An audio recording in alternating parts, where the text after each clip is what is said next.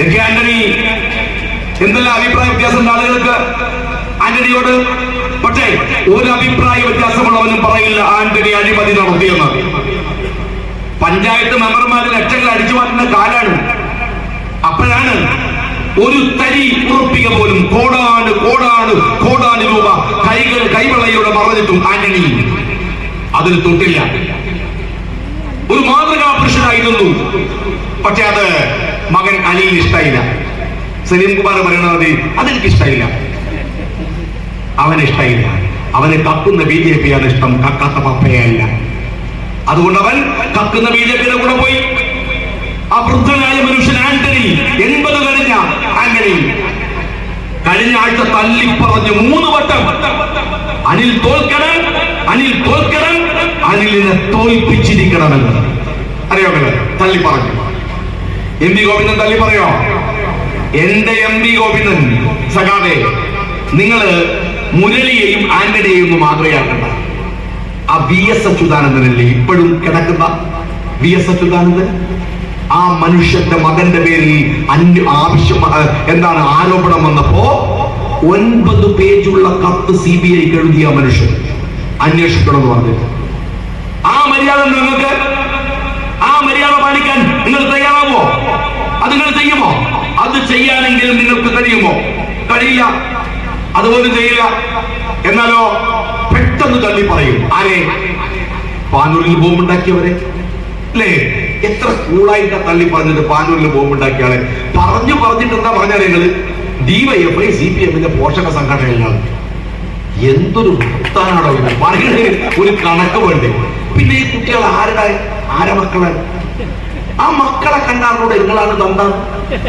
അവരുടെ കുരുത്തക്കേടും അവരുടെ ബോംബും അവരുടെ കത്തിയും അവരുടെ ഏറും ഒക്കെ കണ്ടാൽ ചിലർ പറയാറുണ്ട്, മക്കളെ കണ്ടാൽ അറിയാൻ അച്ഛന്റെ മോന്തായ ഉണ്ടാവില്ല അല്ലേ? അതല്ലേ DYFI? ഒരു മര്യാദയില്ലാതെ കൂളായിട്ട് DYFIയെ തള്ളി പറയും. നിങ്ങൾക്ക് എന്താ ഗോവിന്ദൻ തള്ളി പറഞ്ഞാൽ? അത് നിങ്ങളെ പ്രത്യയശാസ്ത്രം വിശ്വസിച്ച പാവം കുട്ടികളല്ലേ? അല്ലേ? പാവങ്ങളല്ലേ? നിങ്ങൾക്ക് തള്ളി പറയാനോ? നിങ്ങളെ മോൻ ബോംബുണ്ടാക്കുവോ? ഇല്ല. പിണറായിന്റെ മകൻ ബോംബുണ്ടാക്കുവോ? ഇല്ല. EP ജയരാജന്റെ മകൻ, MV ജയരാജന്റെ മകൻ, ശൈലജ ടീച്ചറുടെ മകൻ, ശ്രീമന്ത ടീച്ചറുടെ മകൻ, AK ബാലന്റെ മകൻ ബോംബുണ്ടാക്കുവോ? ഇല്ല. അവര് പിന്നെ എന്തുണ്ടാക്കും? അവര് പൈസ ഉണ്ടാക്കും. നാട്ടുകാരോ ബോംബുണ്ടാക്കും. എന്നിട്ട് നിങ്ങളെ മക്കളോ പൈസ കൊണ്ട് സുഖമായിട്ട് ജീവിക്കും. ഈ നാട്ടുകാരുടെ മക്കളോ ബോംബ് നെഞ്ചത്ത് കൂട്ടിയിട്ട് വെച്ചു പോകും. പിന്നെന്താ പ്രശ്നം? പിന്നെ നിങ്ങൾക്ക് എന്താ പ്രശ്നം? DYFIയെ തള്ളി പറഞ്ഞാൽ, ആ ബോംബുണ്ടാക്കിയത് തള്ളി പറഞ്ഞാൽ, വീണയെ തള്ളി പറയാ, കേസ് വന്നാ തള്ളി പറയാ, അറസ്റ്റ് ചെയ്താൽ തള്ളി പറയാ? പറയില്ല. ഞങ്ങള് നാട്ടിലെ കുട്ടികളെ വളരെ കൂളായിട്ട്, എന്ത് പാർട്ടിയാണ് സഖാവേ? ഒരു പാർട്ടി ഇതെന്ത്? ഇതൊരു അധോലോക സംഘടന. ഞാൻ കുഞ്ഞനത്തിന്റെ കാര്യം വന്നപ്പോ നിങ്ങളെ ചൂടാവുകയാണ്. എന്റെ മേറ്റിട്ട് കാര്യത്തിൽ എന്താ കാര്യമുള്ളത്? എന്നോട് ചൂടായിട്ട് എന്താ കാര്യമുള്ളത്? നിങ്ങള്, ഞാൻ പറഞ്ഞത് കുഞ്ഞനന്തന്റെ മരണത്തിൽ ദുരൂഹത ഉണ്ടെന്നാണ്. പാർട്ടി സംസ്ഥാന സെക്രട്ടറി പറഞ്ഞത് ഷാജിന്റെ പേരിൽ കേസെടുക്കുന്ന. നിങ്ങളല്ലേ സഹോദര കേസെടുക്കുന്നു പറഞ്ഞത്? എന്താ കേസെടുക്കാത്തത്? എനിക്ക് കേസ് ഞാനിട്ട് മുട്ടിയിട്ട് കുത്തിറില്ല. എനിക്ക് ഇന്നലെ സുപ്രീം കോടതി കേസുണ്ട്. മനസ്സിലായത്? ഇന്നലെ സുപ്രീം കോടതിയിൽ വക്കീലിന് പൈസ കൊടുക്കുന്ന ബേജാറായിട്ട് ഇന്നലാണെന്ന് അറിയാലോ. പിന്നെ ഞങ്ങൾക്ക്, ഞാൻ കേസിന് വയ്ക്കുന്നത്, നിങ്ങൾ കേസ് കൊടുക്ക്. ധൈര്യം ഉണ്ടെങ്കിൽ പാർട്ടി സെക്രട്ടറി എന്റെ പേരിൽ ഒരു FIR ഇട്. എന്താ ഇടാത്തത്? ഇന്ത്യ മുന്നണി പണ്ടേ പാര വെച്ചവരാണ്. അത് അന്നത്തെ UPA ഗവൺമെന്റ് ആയിരുന്നു. അത് മാത്രമല്ലല്ലോ, എവിടെയോ ഈ അണ്ണാ ഹസാരെ CPM-കാരാ? നിങ്ങൾ കൊണ്ടു നടന്നവരല്ലേ അണ്ണാ ഹസാരെ?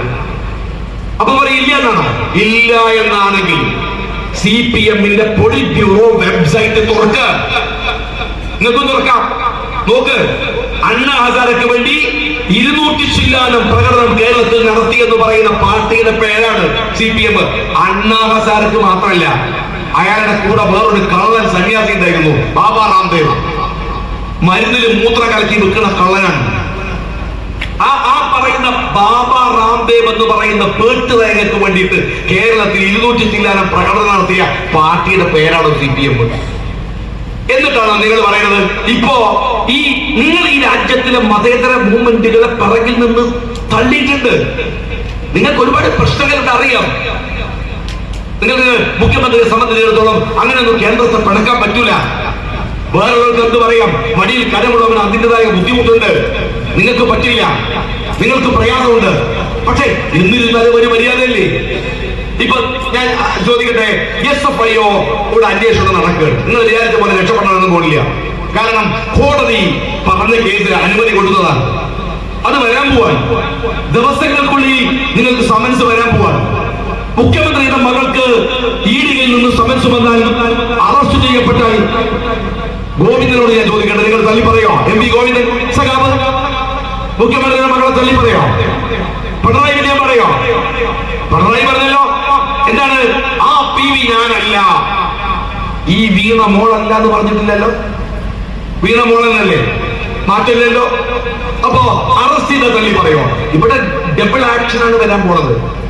വീണയെ അറസ്റ്റ് ചെയ്താൽ ഉളുപ്പും മര്യാദ ഉണ്ടെങ്കിലും മുഖ്യമന്ത്രി രാജിവെക്കണം, തീരൂല. റിയാസ് മോന് രാജിവെക്കണം, മനസ്സിലായില്ലേ? ഭാര്യയാണൊന്ന്. മാഹി ബൈപ്പാസ് വന്നല്ലോ, അപ്പൊ നമുക്കൊക്കെ സുഖം. എല്ലാവർക്കും നല്ല സുഖം. കാരണം മാഹിയും തലശ്ശേരിയൊന്നും പെടാതെ നമുക്ക് ബൈപ്പാസിൽ പോകാം. സഖാക്കൾക്ക് ഇഷ്ടമായില്ല. എന്താ കാര്യം വെച്ചാൽ ഒരു മാഹിയിൽ കോൺഗ്രസിന്റെ കൂടെ, അപ്പൊ ഈ ബൈപ്പാസ് വന്നപ്പോ വണ്ടി ഭയങ്കര സ്പീഡാണ്.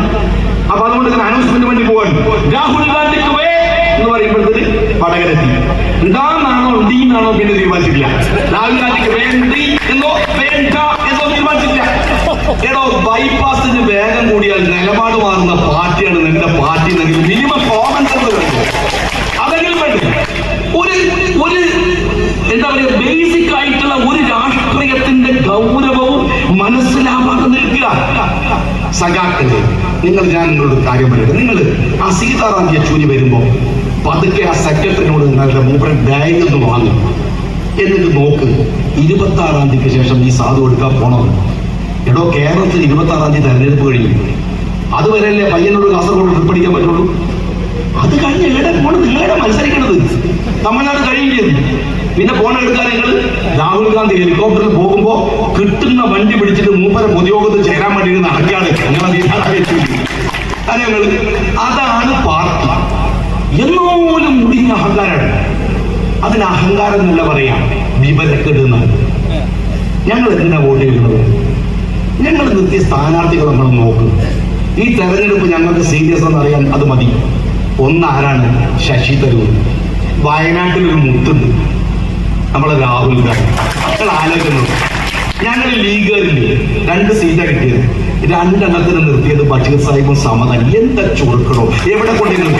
എവിടെ പോയാലും മനോഹരമായിട്ട് സംസാരിക്കാൻ പറ്റുന്ന 2 ആളുകൾ. നിങ്ങൾ ആരെയാണ് നിർത്തുന്നത്? ഇവിടെ ഒരു സ്ഥാനാർത്ഥി കണ്ണൂരിൽ ആരെയാണ്? ആ MP ജയരാജൻ. ഇതെന്താ മറ്റേ മട്ടന്നൂർ പോലീസ് സ്റ്റേഷനാണ്. ഇന്ത്യൻ പാർലമെന്റ് മുണ്ട് മടക്കി കുത്തി പോയിട്ട് അവിടെ മുണ്ട് മടക്കി കുത്തി വർത്താനം പറയുന്നത് മട്ടന്നൂർ പോലീസ് സ്റ്റേഷനാണ്, ഇന്ത്യൻ പാർലമെന്റ് അല്ലേ? അവിടെ ആളുകളോട് സംസാരിക്കാവുന്ന ഒരു സംവിധാനമുണ്ട്. വെറുതെ തമാശ കളിക്കുന്നത്. എത്ര സീരിയസ് ആയ തെരഞ്ഞെടുപ്പാണ്. ഇന്ത്യയുടെ പ്രധാനമന്ത്രി നരേന്ദ്രമോദിക്ക് ഒരു വോട്ടാണ്, രാഹുൽ ഗാന്ധിക്ക് ഒരു വോട്ടാണ്, നിങ്ങൾക്കും എനിക്കൊരു വോട്ടാണ്. അതെത്ര വാല്യൂ ഉള്ളതാണ്. നിങ്ങളുടെ ചെറിയ കളിക്കാണോ?